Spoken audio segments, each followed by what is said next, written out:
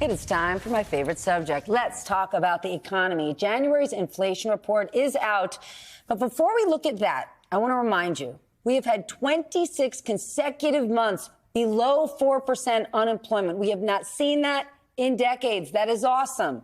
And our post-pandemic economic recovery is better than any other country in the world. Also awesome.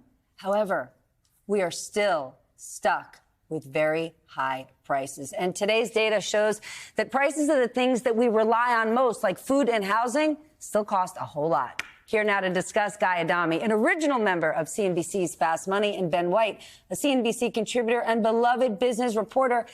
Ben, lay this report out for us, because two things can be true, right? We could have a very strong economic recovery. However, life's expensive. You need to eat. If you need to live somewhere, prices are high. Yeah, housing was a big part of inflation being higher than we'd hoped it would be. And you're right. This economy is complex. It's slightly confusing. The things that you mentioned that are good, job growth, consumer spending, GDP, all good.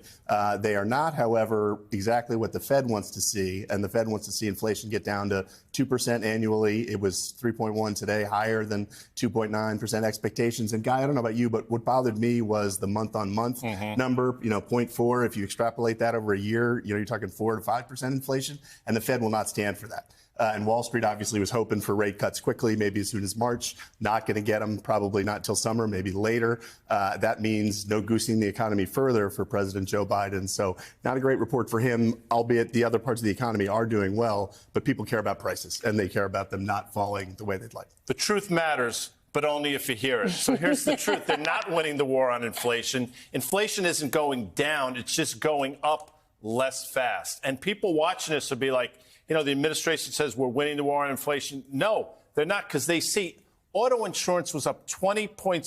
So if you have to pay for auto insurance, everything's fine. If you don't have to pay for over-the-counter drugs, which was up like 9.8%, everything is fine. All the things that cost money, all the things that are in your daily life are going up. And people talk about, this great economy, which it is on the surface, but things are costing more. And when the president goes on TV and ridicules companies because the 16-ounce box of Cheerios is now 12 and they're charging the same price, guess what? That's inflation, too. The companies will say, you know what, President Biden? Wrong. He's not wrong, except that if they want to play the 16-ounce box, it's just going to go up by 25%. Inflation is sticky as hell. People understand that. And that's why, in terms of the economy, the administration's approval rating is probably less than 35%. So how do they solve for this? Because there are lots of very positive factors in this economy, and we don't have the supply chain issues that we once had. So where do we go from here? Well, I'll say this. It's not entirely President Biden's fault. I mean, the seeds of inflation were sown long ago. I mean, I'll go back to 2018 in October, under the Trump administration, when President Trump, who as candidate Trump, talked about a bubble being created by the central banks, by the Federal Reserve, helping the Obama administration. As President Trump, he said, hey, interest rates are too high. He browbeat that guy into lowering rates. That started it. The tax cuts came at the exact wrong time in the cycle, and then things started to move from there. You talk about Putin's inflation. Yeah, maybe. Nobody saw it coming. He had 100,000 troops on the border of Ukraine. What do you think was going to happen? So a lot of this stuff, if you were just paying attention, you could have combated. Yeah, I would say, it's not fair to say that they've completely lost the war on inflation. We went from 9% to 3%. Like, we've won a lot of the war. But Ben knows we got a ways to go. But we've done a lot. Under this administration, since he started, inflation's up cumulatively almost 19%. So, we can play the numbers game all you want. The reality is, for a lot of people out there, they're hurting. And wages on the private sector are not nearly keeping up with what we're seeing on the government side of the equation. Yeah, it's true that it's not helpful to Biden in that he was just starting to get the tiniest little glimmer of hope on the economy. Like, people's minds were starting to turn a bit and say, okay, this economy's not so bad. The jobs market is good. My wages are a little bit over inflation. But now they get hit, with this. People don't pay attention to these nerd numbers like we do, but they notice that stuff that costs a lot more is not coming down and is just rising a little less fast. That's not great. Okay. And so he loses that momentum from a great jobs number to this. But do I need to remind you?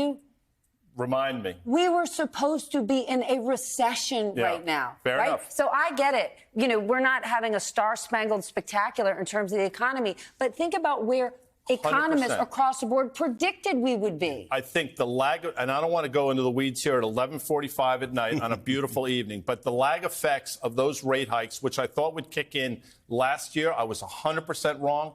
Just because they haven't doesn't mean they won't. Yeah. So, I mean, that's what you have to be on guard about, Steph. Yeah, I think that's true. The lagged effects are going to slow the economy more, but if inflation is still where it is now, it won't matter to the Fed. They're much more interested in getting rid of 3% inflation, getting it to 2, not letting it be sticky. That could even mean, I don't know, hikes towards the end of the year if inflation stays this sticky. That would be a scary thought if you're sitting in the White House or the re-election campaign. Can we go back to consumer goods? Because you were just talking about this shrinkflation argument. Why do all these businesses have to offer less in their boxes? Why do they have to raise their prices? They're making money hand over fist. So You're talking about I over-the-counter drug prices. Look at how much these companies are making. Well, that's the argument. I understand. So now we're going down an entirely different route in terms of capitalism and free markets and stuff. I hear what you're saying, and we can have that argument, but I think it's an entirely separate argument. If you think companies are making too much money, then we're going to start to we're going to have to litigate the entire system that we're living in. Price controls, that sort of thing. Yeah, and I don't think anybody wants that, Steph. Well, there are definitely some people who do. I'm not sure anyone at this table does. Fair enough. However, to say that these companies have to raise their prices, they don't. So aren't they contributing to the situation that we're in? Here we go. Ben has thoughts on this as well. You know, you want to pay people more? That's great. I'm all for it. Federal Express I think in August announced, right, or UPS, excuse me. UPS. They had with their drivers over the next 5 years, $170,000 annual pay.